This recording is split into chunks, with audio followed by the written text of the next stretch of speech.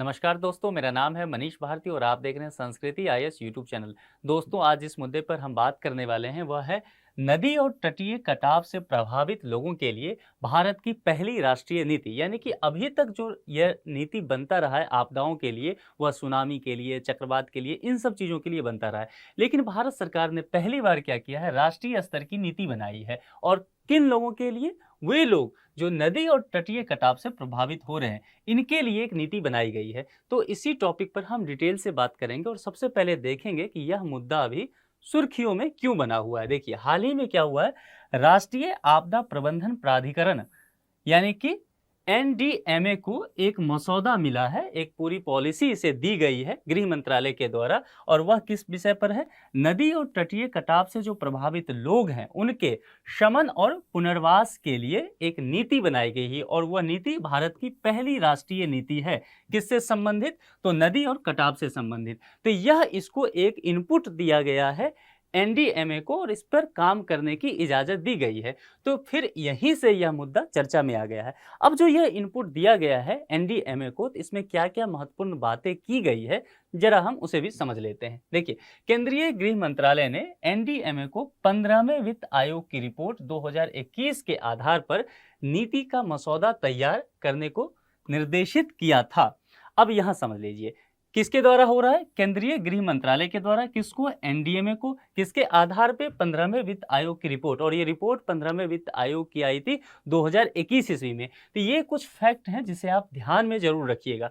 इसके तहत जिसमें पहली बार नदी और तटीय कटाव के कारण विस्थापित हुए लोगों को पुनर्वास पर जोर दिया गया था। ठीक है, यानी कि नदी का कटाव यदि होता है, नदी के पानी की वजह से तट का कटाव होता है, तो वहाँ के जो लोग प्रभावित हुए हैं उन्हें वहाँ से पुनर्वास तो करना पड़ेगा, दूसरे जगह उन्हें घर देना पड़ेगा रहने के लिए। तो उसके लिए जो नीति बनाने की बात की जा रही है वही पूरा मुद्दा है। ठीक है, अब तक जो क्या हो रहा था देश में, अधिकांश नीतियाँ जो थी बाढ़ और चक्रवात जैसी आपदाओं को देख करके बनाया गया था। यानी कि बाढ़ से पीड़ित लोग हैं, उनका अगर विस्थापन हो रहा है तो उसके लिए नीति बना, चक्रवात के वजह से ऐसी समस्याएं तो इसके लिए नीति बना, सुनामी से ऐसी समस्याएं तो नीति बना। लेकिन कभी यह नहीं सोचा गया कि जो लोग नदी के तट पे रह रहे हैं और तट का कटाव हो रहा है, तो उन लोगों का पुनर्वासन कैसे किया जाए। तो इसी पर अभी विचार किया गया है। अच्छा, तटीय क्षरण जो हो रहे हैं उससे उत्पन्न कुछ समस्याएं भी हैं, तो जरा उस पर हम बात करते हैं। देखिए,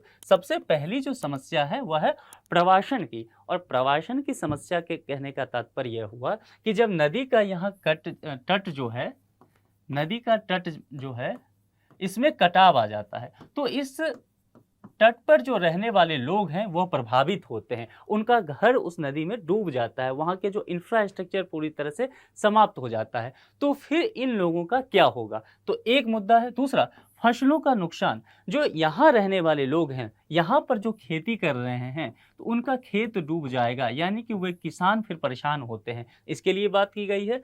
और स्वच्छता की बात की गई है। इसका मुद्दा यह है कि नदी अपने साथ बहुत सारे मलबे को लाती है और जो बस्ती होता है उसके आसपास बहुत सारा गंदगी फैला देती है, उससे तरह तरह की बीमारियां उत्पन्न होती है। आप बाढ़ के समय क्या स्थिति होता है ये जानते ही होंगे।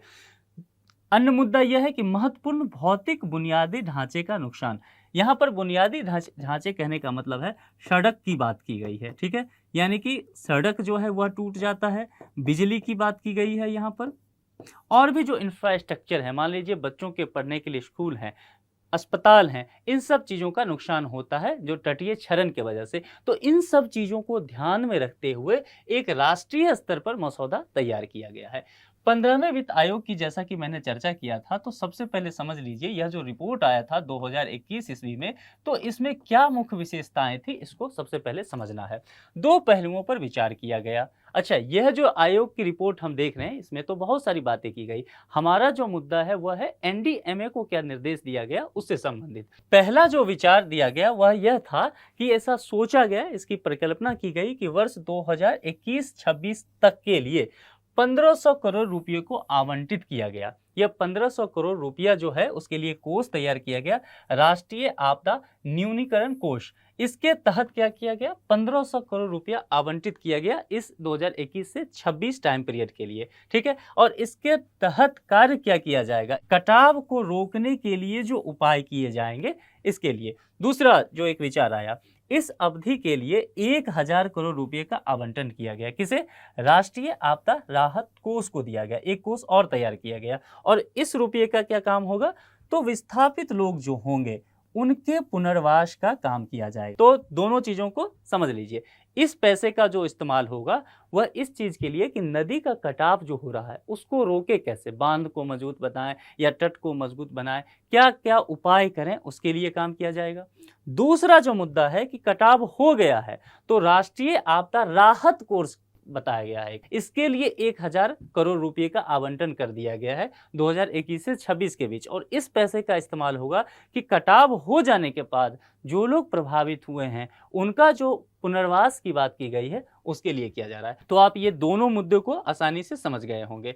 दो निधियों के लिए राज्य सरकारों को लागत साझाकरण के आधार पर संसाधन का लाभ उठाना होगा। इसका कहने का तात्पर्य है कि केंद्र सरकार कह रही है कि देखिए, हम पूरा पैसा नहीं देने वाले हैं, आपको भी हमारे साथ आना पड़ेगा, शेयर करना पड़ेगा। जो भी बजट बना है, उस जितना भी फंड है उसका कुछ हिस्सा तो हम देंगे, राज्यों से कह रही है, कुछ हिस्सा आपको भी देना होगा। तो क्या क्या हुआ है देखिए, तटीय और नदी कटाव से जुड़े जो भी शमन होंगे, पुनर्वास की काम होगी, उसमें जो भी लागत आएगा तो सभी राज्य जो है उस फंड का 25% हिस्सा खुद वहन करेंगे। 75% जो है केंद्र सरकार दे रही है, लेकिन 25% हिस्सा उस संबंधित राज्य को देना पड़ेगा जिस राज्य में यह काम होगा। यहाँ एक बात ध्यान रखना है, यदि वे राज्य पूर्वोत्तर के राज्य हैं, नॉर्थ ईस्ट के राज्य हैं, तो उन्हें कुल लागत का केवल 10% ही देना है, उन्हें 25% नहीं देना है। इस कंडीशन में जो है केंद्र सरकार 90% दे देगी फंड और 10% ही पूर्वोत्तर के राज्यों को देना है। यहाँ ध्यान रखना, पूर्वोत्तर के राज्य जो है 7 सिस्टर्स यानी कि असम हो गया, मणिपुर हो गया, नागालैंड हो गया, मेघालय हो गया, तो ये सारे राज्य जो हैं इनको 10% ही देना है। इस चीज को ध्यान रखना है, कंफ्यूज नहीं होना है इसमें। आयोग की रिपोर्ट में जोर दिया गया कि राज्यों को शमन और पुनर्वास परियोजनाओं के लिए समय सीमा का पालन करना चाहिए, क्योंकि ये जो मसला है ना वो मानवीय मूल्य से जुड़ा हुआ मसला है, जान माल की हानि हो रही है। तो यदि इस काम में देर होता है तो काफी नुकसान हो जाएगा। इसलिए जो आयोग की रिपोर्ट है वह कह रही है कि राज्य सरकार जो है समय पे अपने हिस्से का फंड दे। हम तो फंड रिलीज कर ही दिए हैं और समय रहते हुए इन चीजों पर आप काम कर लीजिए। एनडीएमए शमन और पुनर्वास के लिए राष्ट्रीय स्तर पर एनडीआरएफ और एनडीएमएफ के तहत आवंटन और खर्च का समन्वय करेगा। कौन करेगा? यहां ध्यान रखना है, एनडीएमए यानी कि नेशनल डिजास्टर मैनेजमेंट अथॉरिटी। तो यह जो है इस राष्ट्रीय स्तर पर काम करेगी इस दोनों फंड के लिए, एनडीआरएफ और एनडीएमएफ के तहत जो फंड दिया गया है ये खर्च कैसे होगा, इसका कोऑर्डिनेशन का काम की जिम्मेदारी एनडीएमए को दिया गया है। अब देख लेते हैं कि एनडीएमए की मसौदा नीति है क्या, उसको जरा समझ लेते हैं। ये जो दो कोष बनाया गया है, एनडीआरएफ और दूसरा एनडीएमएफ, ये दोनों कोष के तहत परियोजनाओं को इस तरह से मंजूरी दी जाएगी कि वे समय सीमा के भीतर किया जा सके, समय ना लगे ज्यादा, ठीक है। और जिला आपदा प्रबंधन प्राधिकरण यानी कि डिस्ट्रिक्ट डिजास्टर मैनेजमेंट अथॉरिटी, इसे जो है नोडल एजेंसी बना दिया गया है। एनडीएमए ने किया कि जितने भी काम हैं उसके लिए ये जो डीडीएमए है, डिस्ट्रिक्ट लेवल की जो डिजास्टर मैनेजमेंट अथॉरिटी है, उसे नोडल एजेंसी बनाती है। यानी कि अन्य जिला एजेंसियों और पंचायत स्तरीय समिति द्वारा जो सहायता प्राप्त उपाय को लागू करने के लिए जितने भी काम होंगे उसके लिए जो जिम्मेदार एजेंसी होगी वह डीडीएमए होगी। इसी के निगरानी में यह सारा काम होगा, इसे एक नोडल एजेंसी के रूप में बना दिया गया है। तटीय और नदी के कटाव के प्रभावों का मानचित्रण करना भी एक काम तय किया गया है। यानी कि ये जो कटाव हो रहा है, नदी का कटाव जो हो रहा है उसका मानचित्रण कीजिए, उसकी फोटोग्राफी करने की बात की गई है, ताकि जो वैज्ञानिक हैं इस पर रिसर्च कर सके कि यह नदी क्या अपना पैटर्न बार बार दोहरा रही है, तो उस पर काम किया जा सके और नेक्स्ट टाइम से जब ऐसा हो तो राहत कार्य भी पहले से ही वैसा इंतजाम करके रखा जाए। प्रभावित तथा कमजोर बस्तियों द्वारा सामना की जाने वाली विविध चुनौतियों का एक डेटाबेस तैयार करने की बात की गई है, ताकि उस डेटाबेस का एनालिसिस किया जा सके। उसे एनालिसिस करके उसके तहत जो राहत फंड होगा, कितना बजट देना है, ये सब काम तय कर कौन करेगी? एनडीएमए।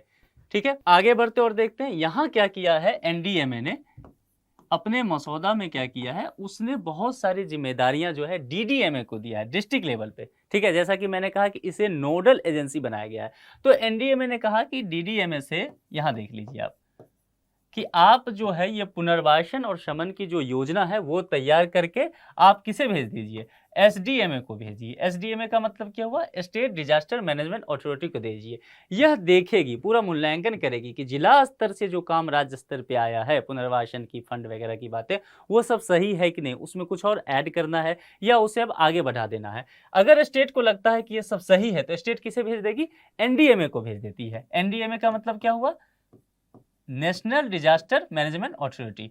अब नेशनल डिजास्टर मैनेजमेंट अथॉरिटी यहाँ सब कुछ को देखती है कि राज्य के स्तर से जो सब बातें आई है, जितनी फंड की मांग की गई है, जो योजना बनाई गई है, उसमें क्या सुधार करना है, क्या देखना है। यदि ऐसा है तो वो निर्देश भी देगी, नहीं है सब कुछ ठीक है तो वो क्या करेगी, यहाँ से गृह मंत्रालय को ये सेंड कर देगी। ये पूरा डेटा जो है, जो भी योजना भेजा गया है, नीति भेजी गई है, यह सब गृह मंत्रालय को दे दिया जाएगा।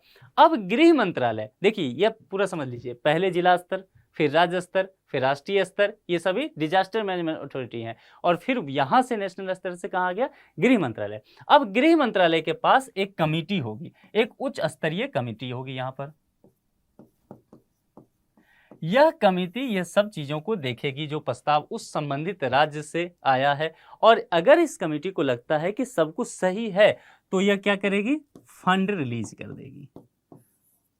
यह फंड रिलीज कर देती है, और फंड फिर कहां से पहुंच जाएगा, यहां होते हुए डिस्ट्रिक्ट में पहुंच जाएगा, और यही फंड का खर्च कराएगी पंचायत स्तर पे, जिला स्तर पे, और इसका ये नोडल एजेंसी भी है, कोऑर्डिनेशन भी करेगी, ये देखरेख भी, निगरानी भी करेगी। ये पूरा मामला आपको इधर समझ में आ गया होगा। उसके बाद एक और इस मसौदे में एक बात जोड़ा गया कि एक प्रोफेशनल आदमी को इसमें हर टीम में रखा जाए, जिसे किस चीज की जानकारी हो, तो योग्य आपदा प्रबंधक हो ये वो, यानी कि उसे आपदा से कैसे निपटना है उसके लिए प्रोफेशनली उसको जानकारी होनी चाहिए। योजनाओं के स्वीकृत होने और क्रियान्वयन शुरू होने के बाद डीडीएमए अपने राज्य और राष्ट्रीय समकक्षों की देखरेख में निगरानी और मूल्यांकन का कार्य करेगी। यानी कि जैसा कि मैंने बताया कि यहाँ पर सारा काम किसे दिया गया है, डीडीएमए को। तो डीडीएमए को जब नोडल एजेंसी बनाया किसने, एनडीएमए ने, तो इसने कहा कि भाई आप जो काम करेंगे तो आपको ध्यान रखना है कि राज्य स्तर पर जो है एसडीएमए, इन सब के साथ चल करके आपको काम करना है। क्या क्या, तो निगरानी और मूल्यांकन का काम, कि ये जो पुनर्वास का काम हो रहा है यह सब सही से हो रहा है कि नहीं, फाइनली आप देखेंगे, हम आपसे जवाब लेंगे। अच्छा, इससे जुड़ी हुई कुछ चिंताएं भी हैं, उसे समझ लीजिए। यह नीति जो बनाई गई है इसमें कुछ बातें की गई है, कुछ अच्छी बातें तो हैं, लेकिन कुछ चिंताएं जो उभर के आई है, कुछ पहलू रह गया है जहां बात की जानी चाहिए थी, जरा उसे देख लेते हैं। यह नीति केवल कटाव से जुड़े विस्थापन पर विचार करती है, यानी कि केवल क्या करती है, नदी का तट का जो कटाव हो रहा है, केवल उससे जुड़े जो विस्थापन हो रहा है उस पर विचार करती है। शरण सामग्री के निक्षेपण के कारण जो विस्थापन होता है उस पर बात नहीं करती है, और यह एक बड़ा कारण है विस्थापन होने का, तो इस पर यह मौन है यह नीति। दूसरी बात, यह स्पष्ट नहीं है कि नीति के तहत वित्तीय आवंटन का आधार क्या होगा, यानी कि ये जो डीडीएमए को फंड दिया जाएगा एनडीएमए के द्वारा, तो उसका आधार क्या होगा, कैसे तय किया जाएगा, या किसी राज्य को ही दिया जाएगा, मान लीजिए स्टेट डिजास्टर मैनेजमेंट अथॉरिटी को फंड दिया जाएगा, एसडीएमए को, तो इसका आधार क्या तय की जाएगी, एनडीएमए इसका आधार क्या तय करेगी, यह क्लियर नहीं है। अब इसके आधार में क्या हो सकता है, पहले आओ पहले पाओ, क्योंकि इन्होंने कहा है अपने मसौदे में राज्य सरकारों को, 15वें वित्त आयोग ने भी राज्य सरकारों को निर्देश दिया है कि समय पर काम पूरा कर लीजिए। तो कौन क्या होगा कि जो राज्य पहले पहुंच जाएगा फंड लेने, क्या उसे मिल जाएगा? अगर ऐसा नहीं तो क्या जनसंख्या घनत्व के आधार पर देंगे कि जिस राज्य का जनसंख्या है, या फिर मान लीजिए और भी मुद्दे हो सकते हैं कि नदियां किस राज्य में कितनी हैं, कहाँ बाढ़ आने की संभावना अधिक रहती है, किस राज्य में कटाव अधिक होता है तट का, तो क्या ऐसा मुद्दा रखा जाए, क्या आधार बनाया जाए पैसा देने का, वह बहुत क्लियर नहीं किया है। वित्तीय आवंटन का आधार क्लियर नहीं है। आगे की राह क्या हो सकती है, कैसे इस पर आगे और काम किया जा सकता है, उसे समझिए। केंद्रीय एजेंसियों जैसे कि राष्ट्रीय तट अनुसंधान केंद्र द्वारा किए गए विस्तृत जोखिम मूल्यांकन का जो भी काम किया गया है उसे साझा किया जाए, और साझा किसके साथ किया जाए, जो स्टेट डिजास्टर मैनेजमेंट अथॉरिटी है, यानी कि एसडीएमए को साझा किया जाना चाहिए, ताकि यह जो है आपदा से निपटने के लिए अपनी तरफ से भी तैयारी कर सके। उसके बाद पुनर्वास के लिए पड़ती क्षेत्रों का मानचित्रण किया जाना चाहिए। देश में बहुत सारे भूमि ऐसे हैं जो पड़ती हैं, बंजर जमीन भी है, खेती योग्य नहीं है, तो वहां क्या किया जा सकता है, वहां आवास का निर्माण किया जा सकता है। ये लोग जब विस्थापित होंगे, मान लीजिए तट के कट जाने से जब इन्हें विस्थापित किया जाएगा, तो क्यों नहीं इस प्रति क्षेत्रों का इस्तेमाल कर लिया जाए। ये जमीन तो यूं ही बर्बाद जा रहा है, बंजर है, खेती योग्य नहीं है वहां पर भूमि, तो इसके लिए बेहतर हो कि इन लोगों को यहीं पे जमीन मुहैया करा दिया जाए, आवास दे दिया जाए, तो तट से वह दूर भी हो जाएंगे और उन्हें किसी तरह की परेशानी का सामना भी नहीं करना पड़ेगा। तो ये सभी मुद्दे इसमें शामिल किए गए हैं। लेकिन आगे क्या होता है, किस तरह से ये योजना जमीन पर क्रियान्वयन के लिए आती है, इसके लिए आपको नजर बनाए रखना होगा। तो इस वीडियो में इतना ही, दूसरे वीडियो के साथ जल्द ही आपसे मिलते हैं। अपना ख्याल रखिए। Thank you.